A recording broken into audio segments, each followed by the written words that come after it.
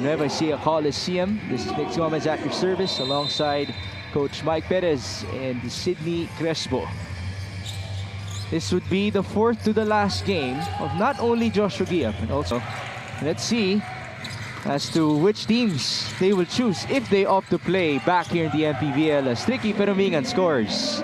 Well, Tricky Perumingan right there. Especially the ones who think that they would have great minutes playing for teams with better records. And so let's see if that would actually apply to some of the players. So another win, the very first win, itong Bacolod. We'll see what that happens tonight. There's a layup by Jacob Galicia off of that feed by Tricky Perumingan. Well, it's good that you mentioned where they are in terms of tiers in that category as Alfred Cedillo scored for Bacolod City. Because Dead last itong Muntinlupa considering how they've been executing in the perimeter. As we see a good drive right there in the middle. At saka importante dyan, mix, I guess, sa pag-alis ni Joshua Gia as he goes collegiate. Joshua Gia is the number one in terms of total points with 118 so far for all the games. Pushing it to your limits. And cross-training sometimes would be, or actually most of the time would be useful for our players as Salcedo scores inside. Dave Moralde, instead of focusing on the offensive game, he's actually switched more defensively. Kaya makita mo yung mga stats niya. It really kind of skews towards defensive as we see a 3 right here by Dave showing us, Mike, hindi lang tayo pang depensa. Yeah, ICC Blue Hawks. That's of a very familiar school. Was that Flores? Yes, it was him. Yeah. Alfred Flores with the putback. It's by Ian Pardo. Now it's Gabe Capascio. Up and under, nice move. Oh, a good decision right there. But as this first quarter score is brought to you by GameX. GameX Sports, the official online basketball ending partner of the Mpbl. The second quarter forward because we're down by 9 points. How about you? yeah, I think the same, no? And so yung field goal percentage 7 out of 20 versus 5 out of 17. Just dalawang field goal difference with this 9-point deficit. 21-16. What a floor from the corner. Oh, that's good. It rolled in. Yeah, and Kevin Ben a floor without a question. If you're a native of Muntinlupa. Rebound Perumingan. Forward pass onto Danny Marilao. Head of steam. A layup for Danny Marilao. Well, you're not stuck. Oh, I wanted that dunk from Danny Marilao. Oh, yeah. He did it with a defender in his face in Parañaque. Yes. Maybe not today, but we have a long way to go. That's a good putback by Joshua Giab.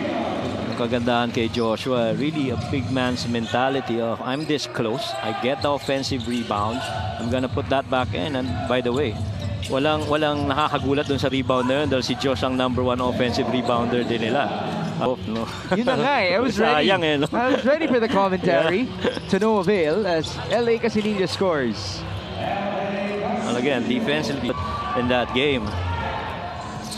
Muntinlupa's on the run. Makoy Marcos, that's a veteran move. Yeah. And you give that right side of the floor and allow staff of the Cagers.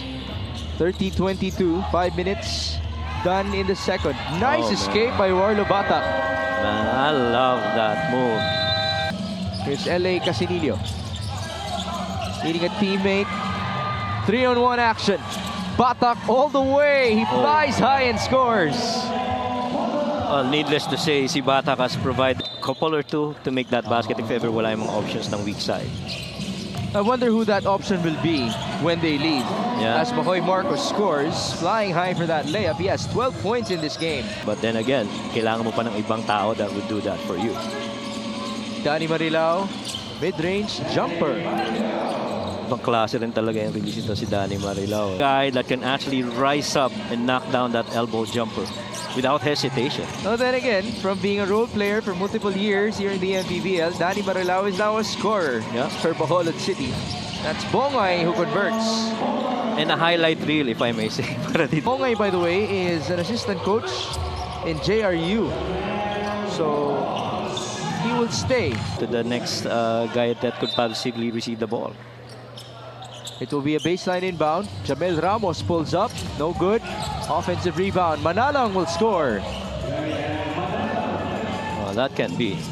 No. Now this halftime score is brought to you by GameX. GameX Sports, the official online basketball ending partner of the Mpbl. But then, as we thank you for joining us, Danny Marilao, no-look feed onto Alfred Cedillo. Si right match. Oh, now there's a steal. Jamel Ramos working with Tricky Perumingan. Back to Ramos for two.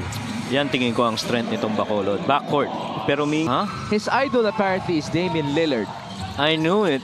Damian Lillard. But the nickname for him, as Dave Morales scores on the other end, the nickname for Jamel Ramos is Damian Lizard. Hence, to emphasize that sense of urgency, paalala ni Coach Mixon, nakakatatlong panalo pa lang tayo this season. Marami pa tayong katrabahuan and they need to start here. Mixon, Coach Mike. Well, thank you, Sydney, for that report. At least there's that. And here's Muntinlupa, Jasper Cuevas. Try to go with a Pinoy step. There's the feed onto McCoy Marcos. Yeah, good pass right there, but still have good vision in terms of feeding that basketball. Right. As Joshua Giab just scored. Yeah, baka yun yung fake eh. But understanding na meron ka pang dalawang step to finish. Cedillo able to give the ball inside onto Jacob Galicia, who, by the way, is hammered. 5 on the shot clock. McCoy Marcos behind the back. He could have shot that ball. But still, it's a dime for him and 2 points for Bongay. Bongay has done good in covering for that spot. Jamel Ramos for 3. That's why he is called the Damian Lizard. Onto the left, Ralph Salcedo. Back to LA, Casinillo drives. Tough layup. No good. Rebound. McLean Sabelina. Ganda nung sequence na yon para dito sa Bacolod. Galit in trouble. Almost a turnover. Casinillo fires. That's good. Casinillo talaga meron niya mga tira sa lap. Working with Salcedo. Galit. That's his shot. There you go. And ultimately, we have a deadlock. Yep. Up they go. LA Casinillo. Nice crossover. Casinillo all the way. Palayan City. This third quarter score is brought to you by GameX. GameX Sports, the official online basketball ending partner of the Mpbl. Basta not making them get an attempt or a basket. And, you know, I was going to say earlier, pukpukan tong start ng fourth quarter na to. And here's the counter run. 2-on-1. Marcos up and under. Sorry, miss. Put back for Marge. Well, that's really the kind of action that you'd love. Against their season average. Again, they're third to the last in the league in that category. Casinillo from downtown. Tama yung banggit mo kanina. Medyo ramdam ni Casinillo na meron siyang range sa labas, no?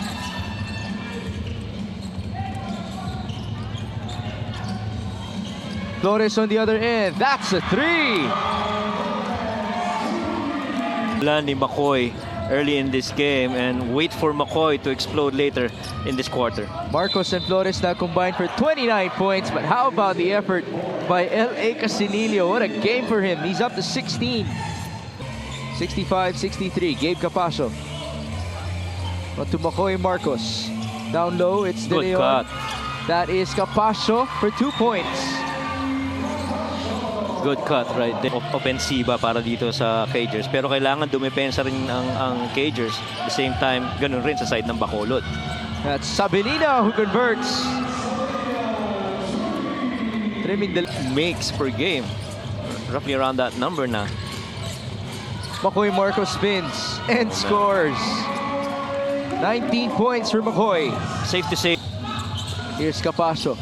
Up top against Cedillo. Gabe to the corner. That's Flores who leans in. That's good. Iba ang dynamic na binitbit nitong si Alfred para dito. Had all the right intentions and set for the conversion. On the other end, nice pass on the give and go. Cedillo lost his balance, but he was still able to score. Siya rin napangiti. Medyo na. We're back with the white shirts. Flores will fire. Wow. Oh, a three-pointer for Alfred Flores. Oh, that. It's Alfred Flores. 100 seconds remaining. Flores down the middle. He's feeling it. Yes, sir. Second leading scorer of Muntinlupa. 55 seconds. That's a make for Alfred Cedillo. Yeah, they're still in this. 2-possession game lang to. Giab, no good. 10 seconds remaining. A 2-possession game. Galicia will attack, and he will score. They're down by 4 with 6 seconds to go. And Alfred Flores just looking to secure that basketball. And there's Cuevas who will be fouled. So it's free throws for Jasper. This season, just being the main point guard of Muntinlupa. But his progress was significant enough.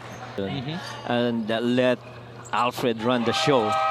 And benefiting from that, of course, right there, rightfully so. Makoy Marcos, by the way, finishes with 19 points, 6 rebounds, and 3 assists. But we did mention the J.R. Chavez-like numbers of Alfred Flores, the Allen Iverson of Muntinlupa, apparently. He is our best player of the game. Brought to you by Buenas, fresh off of his title win in the NCRAA. He's able to contribute very well. This final score is brought to you by GameX. GameX Sports, the official online basketball lending partner of the Mpbl.